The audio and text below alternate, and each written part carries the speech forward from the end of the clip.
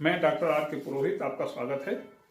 राजनीतिक संस्कृति के बारे में हम चर्चा कर रहे थे, आज उसके आगे देखें।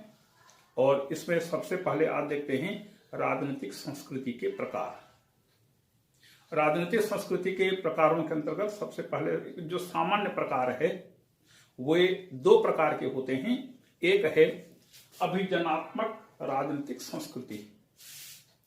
जिस देश में अभिजन वर्ग किसे कहते हैं?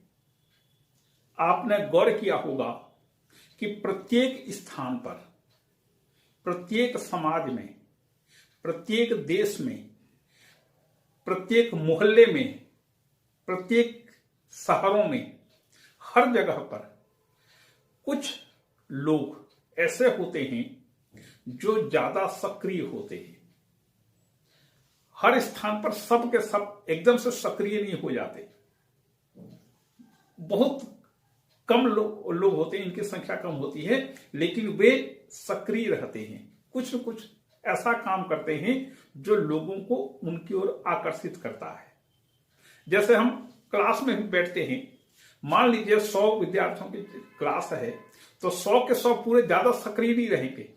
उसमें कुछ ऐसे छात्र होंगे, ऐसी छात्र छात्राएं होंगे उसमें जो कुछ करते हैं, अच्छा पढ़ाई करते हैं, प्रश्न पूछते हैं, क्लास में बैठ करके वाद विवाद करते हैं। ऐसे कुछ महत्वपूर्ण 2-4 छात्र होते हैं। इसी प्रकार से आप गली मोहल्ले में भी देख लीजिएगा, ऐसे लोग पाए जाते हैं। इन्हें संभ्रांत जन कहते हैं। समझने के लिए आप इसको संभ्रांत जन कह सकते हैं। तो जिस देश में अभिजन वर्ग, तो सभी देश में पाए जाते हैं, अभिजन वर्ग की जीवन शैली बिल्कुल simple living and high thinking की हो, वो उनकी संस्कृति, उनका व्यवहार अन्य लोगों को प्रभावित करता है। जैसे महात्मा गांधी की जीवन शैली पूरे भारत के लोगों के लिए आदर्श है, प्रेरक है। ये अभिजनात्मक राजनीतिक संस्कृति हुई और उसका प्रभाव पूरे देश में पड़ता है। इसी प्रकार से दूसरा है इसमें जन संस्कृति, जहां पर जनता का सामान्य व्यवहार, उनका रहन सहन, उनकी जीवन शैली, उनके द्वारा किए गए कार्य किस प्रकार के हैं, ये साधारण जन संस्कृति के अंतर्गत आता है। ये 2 प्रकार हैं। इसके बाद विभिन्न राजनीतिक वैज्ञानिकों ने राजनीतिक संस्कृति के विभिन्न प्रकारों की चर्चा की है, जिसमें सबसे पहले नाम आता है फाइनर का। फाइनर ने इसे 4 भागों में बांटा है और 4 भागों में सबसे पहले है परिपक्व राजनीतिक संस्कृति। जिन देशों में राजनीतिक संस्कृति एक परिपक्व अवस्था में पहुंच चुकी है, जैसे संयुक्त राज्य अमेरिका, जैसे इंग्लैंड, इन देशों में राजनीतिक संस्कृति इस अवस्था में पहुंच चुकी है कि वहां पर एकदम से बहुत बड़ा परिवर्तन नहीं आएगा। जो भी परिवर्तन होंगे धीरे धीरे करके होंगे, मंद गति से होंगे, और मंद गति से होने के कारण जनता उसको स्वीकार कर लेगी, धीरे धीरे करके उसको स्वीकार कर लेगी। एकदम तीव्र गति से नहीं होंगे। वहां पर कोई भी शासक वर्ग आया तो वह शासक वर्ग पुराने ढर्रे पर ही चलेगा, मतलब जड़ता नहीं रहेगी, उसमें गतिशीलता रहेगी। लेकिन जो भी शासक वर्ग आएगा उसके कार्यों के बारे में जनता बिल्कुल आश्वस्त रहेगी कि व्यवस्था जैसे चल रही है उसको भले थोड़ा सा और अच्छा बनाने का प्रयास किया जाएगा, लेकिन व्यवस्था में आमूलचूल परिवर्तन नहीं होगा।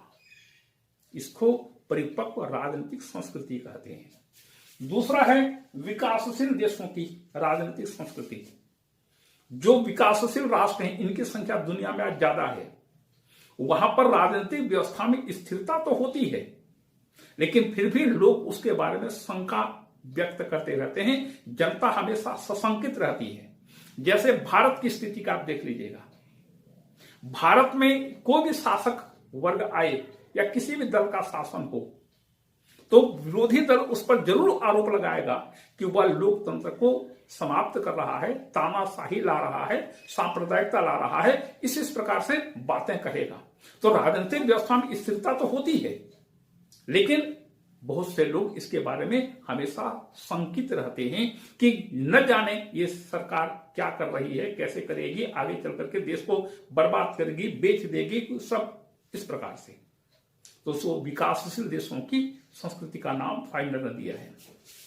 तीसरा है निम्न राजनीतिक संस्कृति। निम्न राजनीतिक संस्कृति जहां पर पाई जाती है, या कुछ ऐसे देश होते हैं जहां पर की स्थिरता नहीं होती राजनीतिक व्यवस्था में, संविधानवाद नहीं होता, और हमेशा जनता के मन में यह भावना रहती है कि यह जो शासक वर्ग है नहीं मालूम कैसा कर देगा, देश को कैसे चलाएगा नहीं मालूम। लोकतंत्र के प्रति आस्था व्यक्त करेगा हर राजनीतिक व्यवस्था का शासक वर्ग, लेकिन सबसे ज्यादा उल्लंघन भी वही करेगा। इसमें सबसे बढ़िया उदाहरण पाकिस्तान है। पाकिस्तान में कभी भी यदि चुनाव हुए और कोई भी सरकार बनाया, किसी भी दल की सरकार बनी, उसके बारे में जनता हमेशा अनिश्चित रहती है कि नहीं मालूम ये किस प्रकार से शासन करेगा, तानाशाही लाएगा या क्या लाएगा, क्या करेगा, भ्रष्टाचार को क्या करेगा, कुछ नहीं। हमेशा इसके बारे में जनता सशंकित रहती है। यही स्थिति बांग्लादेश की भी है, यही स्थिति दुनिया के और भी 2550 देशों की है कि वहां पर शासन व्यवस्था भले ही स्थापित हो जाती है, लेकिन राजनीतिक व्यवस्था अच्छी तरह से काम नहीं कर पाती, क्योंकि उसका विरोध करने वाले बहुत ज्यादा हो जाते हैं, सामने आ जाते हैं, और आखिरकार ऐसे शासक वर्ग को पद छोड़ना पड़ता है या उसे जबरदस्ती सत्ता से हटा दिया जाता है। और चौथा है न्यून स्तरीय। न्यून स्तरीय विशेष करके अफ्रीका के विभिन्न देशों में देखने को मिलता है कि वहां पर अभी तक दिशा और दशा तय नहीं हो पाई है। उन देशों की राजनीतिक व्यवस्था की दिशा अभी तक तय नहीं हो पाई है कि हम अपने देश में किस प्रकार के शासन व्यवस्था को बनाए रखेंगे। वहां पर जो भी शासक आता है, किसी भी प्रकार से आता है, तो वह अपने ढंग से शासन करता है। जब तक वह शासन पर है तब तक वह अपने ढंग से काम करेगा, उसको हटा दिया जाता है, फिर कोई दूसरा व्यक्ति शासक आता है, वो अपने ढंग से शासन करता है। तो ऐसे में राजनीतिक संस्कृति काम नहीं कर पाती, वहां पर राजनीतिक संस्कृति का ज्यादा प्रभाव नहीं पड़ता, क्योंकि लोगों को भाग लेने का मौका ही नहीं मिलता। तो फाइनर ने ये 4 प्रकार से राजनीतिक संस्कृति को विभाजित किया है। इसके बाद वाइजमैन ने इसको 3 प्रकार से विभाजित किया है, उसके 3 प्रकार बताए हैं। सबसे पहला है संकुचित राजनीतिक संस्कृति। जिन देशों में कबीलाई शासन व्यवस्था विद्यमान है, विशेष करके अफ्रीका के कुछ देशों में, वहां पर कबीले के सरदार पर पूरी जिम्मेदारी होती है कि वह देश का शासन चलाए। जनता की अभिरुचि शासन के कार्यों में या राजनीतिक व्यवस्था के विभिन्न प्रकार गतिविधियों में बिल्कुल नहीं होती। इसे संकुचित राजनीतिक संस्कृति कहा गया है। दूसरा है प्रजाभावी। प्रजाभावी राजनीतिक संस्कृति में प्रजातांत्रिक व्यवस्था तो होती है, जनता का महत्व तो होता है, लेकिन शासक वर्ग क्या करता है, जनता को हमेशा भुलावे में रखता है कि हम आपको ये दे रहे हैं, वो कर रहे हैं, लोक कल्याण के समस्त काम कर रहे हैं, ये तमाम चीजें भुलावे में रखता है शासक वर्ग, लेकिन वह करता कुछ नहीं है। जैसे स्वतंत्रता प्राप्ति के 70 साल के बाद भी शासन ने आम जनता के लिए, सबके लिए पीने के लिए शुद्ध पानी की व्यवस्था नहीं कर पाई थी या नहीं कर पाई है अभी तक।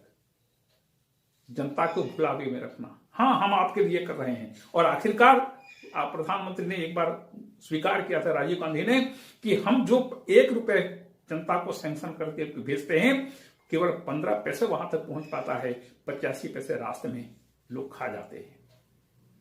तो ये प्रजा को भुलावे में रखना है, हम आपके लिए वो कर रहे हैं, सो कर रहे हैं, 50 प्रकार से बातें। ये प्रजाभावी है।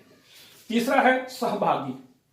सहभागी राजनीतिक संस्कृति के अंतर्गत पूरे आम जनता शासन के कार्यों में रुचि लेती है। शासन कौन सा कदम उठा रहा है, कौन सी नीति अपना रहा है, कौन से कानून बना रहा है, हर चीज पर जनता की नजर रहती है। परिणाम ये होता है कि शासक वर्ग कभी भी गड़बड़ नहीं कर पाता, वह जनता की इच्छाओं के अनुरूप शासन करता है। जनता ने जो उस पर विश्वास व्यक्त करके पद पर बिठाया है, उस विश्वास को बनाए रखने का भरसक प्रयास करते रहता है।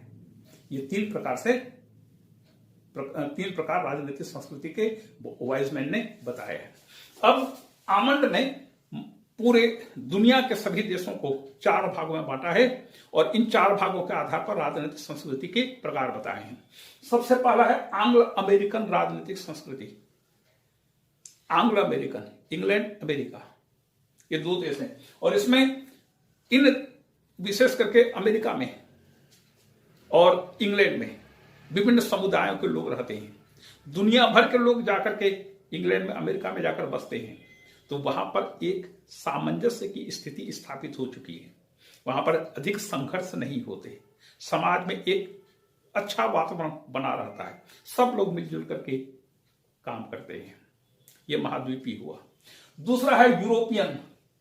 यूरोपियन देशों में, कुछ देशों में विभिन्न प्रजाति के, विभिन्न जाति के लोग, विभिन्न संस्कृति के लोग रहते हैं, इनके बीच संघर्ष होते रहता है, लेकिन फिर भी एक व्यवस्था की स्थापना करने का प्रयास किया जाता है। जैसे फ्रांस है, इटली है, यहाँ पर बीच बीच में संघर्ष होते रहते, विभिन्न समुदायों के बीच, विभिन्न संस्कृतियों के बीच। तो ये यूरोपियन राजनीतिक संस्कृति हुई। तीसरा है औपनिवेशिक। औपनिवेशिक राजनीतिक संस्कृति, जिन देशों में उपनिवेशिक व्यवस्था थी, आज स्वतंत्रता उन्हें मिल चुकी है, वहां पर 2 प्रकार से वहां पर जो भी शासन व्यवस्था होती है, जो भी राजनीतिक व्यवस्था काम करती है, यदि वह जनता की अंतरात्मा की अभिव्यक्ति होती है, अर्थात जहां पर जनता ने ऐसी व्यवस्था को सहज रूप में स्वीकार कर लिया है, तो वहां पर एक विशेष प्रकार की राजनीतिक संस्कृति देखने को मिलती है।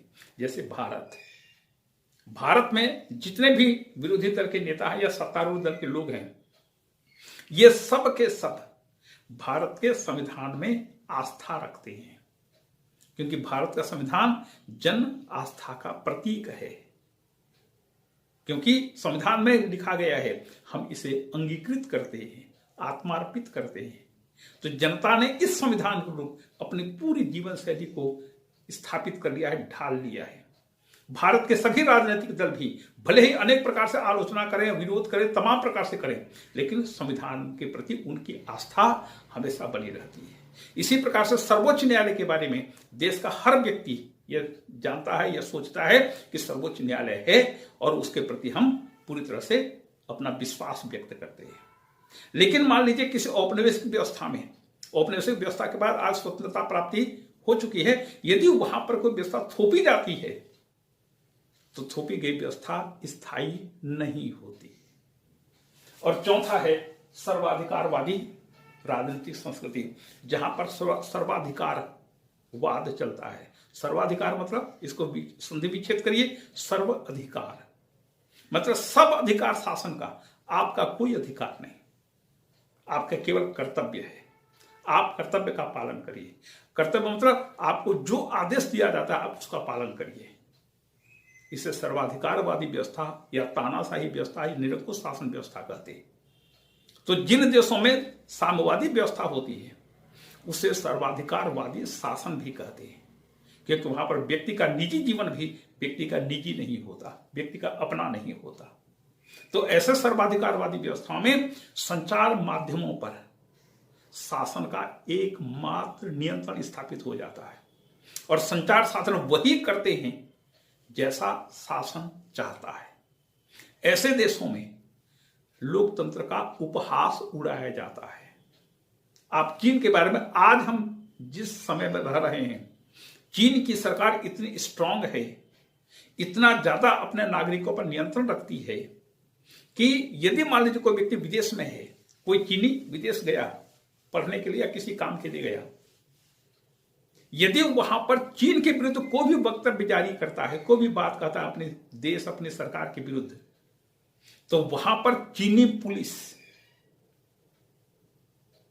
वहां पर काम करती है, गुप्त रूप से उसको बुलाती है। चीनी पुलिस के एजेंट वहां पर उसको बुलाते हैं, पकड़ के लाते हैं, उसकी अच्छी तरह से धुनाई करते हैं, उसको टार्चर करते हैं और सीधे उसको चीन भेज दिया जाता है और चीन में भेज करके उसको फिर जेल की सजा हो जाती है।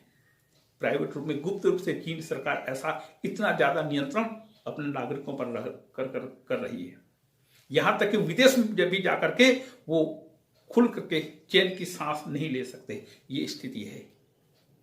तो यहां पर ऐसी व्यवस्था जहां पर होगी वहां पर तो सर्वाधिकार तो होगा ही। तो ये आमंड ने ऐसे 4 प्रकार से इसको बताया है। इसके बाद देखते हैं राजनीतिक संस्कृति का महत्व। महत्व में सबसे पहले है राजनीतिक संस्कृति के माध्यम से राजनीतिक व्यवस्था को और राजनीतिक व्यवहार को समझने में सहायता मिलती है। जिस देश की जैसी राजनीतिक संस्कृति होगी उसी प्रकार से व्यक्ति व्यवहार करेंगे और जैसा व्यवहार करेंगे राजनीतिक व्यवस्था उसी प्रकार से संचालित करेगी। हम अपने भारत में देखें, भारत में पहले जो भी विरोध होता था, राजनीतिक विरोध होता था, आलोचनाएं होती थी, एक संयम और एक सीमा तक विरोध होता था, आलोचनाएं होती थी। आज हर चीज का विरोध होता है विरोधी दलों के द्वारा। और यदि कहा जाए उनसे कि आप हर चीज का विरोध क्यों करते हैं, तो वो स्पष्ट कहते हैं हम चूंकि विरोधी दल में हैं इसलिए हमारा काम शासन की आलोचना करना है, शासन का विरोध करना है। शासन जो भी काम करेगा हम उसका विरोध करेंगे, चाहे उसमें जनता का हित भी क्यों न निहित हो, लेकिन विरोधी दल हैं मतलब विरोध करेंगे। तो यह विरोध धीरे धीरे करके एक व्यक्ति विशेष पर केंद्रित होता जा रहा है। तो जैसी राजनीतिक संस्कृति होगी उसी प्रकार से राजनीतिक व्यवस्था भी ढल जाती है। दूसरा है यह समाज की दिशा को स्पष्ट करता है। समाज किस ओर जा रहा है, विकास की ओर जा रहा है या पतन की ओर जा रहा है। राजनीतिक संस्कृति का अध्ययन करके आप इसका पता लगा सकते हैं। तीसरा है तुलनात्मक अध्ययन में सुविधा होती है। यदि विभिन्न देशों की राजनीतिक संस्कृति का इसी प्रकार से अध्ययन किया जाए तो तुलनात्मक अध्ययन करने में सुविधा होती है कि जो भी घटनाएं घट रही हैं उस घटना के पीछे निहित कारणों की जानकारी हमको मिल जाती है कि इन कारणों से ऐसा ऐसा हो रहा है। और चौथा है जन अभिरुचि का पता चलता है।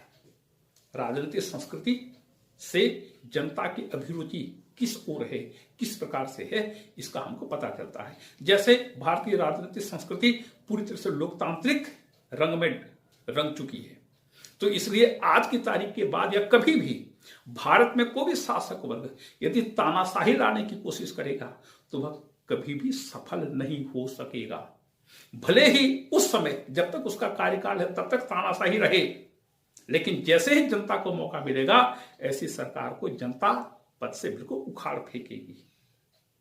तो जन अभिरुचि का पता चलता है। भारत की जनता इस प्रकार की है कि वह 5 साल में जो चुनाव होते हैं इन चुनाव में वह अपनी औकात दिखा देती है, शासक वर्ग को अपनी औकात दिखा देती है, चुपचाप रहती है, दोनों पक्षों से पैसा लेती है। लोग दोनों पक्षों से पैसा लेते हैं, रिश्वत लेते हैं या अनेक प्रकार की चीजें लेते हैं, लेकिन करते वही हैं जैसा वे चाहते हैं। जनता चुपचाप रहती है, मौन होकर के सभी गतिविधियों को देखती है। राजनीतिक दल इस चीज को धीरे धीरे करके स्वीकार करने लगे हैं कि जनता को भुलाया नहीं जा सकता और अल्टीमेटली जो पराजित शासक वर्ग होता है वह कहता है हमें जनता की इच्छा मंजूर है। यह है राजनीतिक संस्कृति का चैप्टर। आपको धन्यवाद।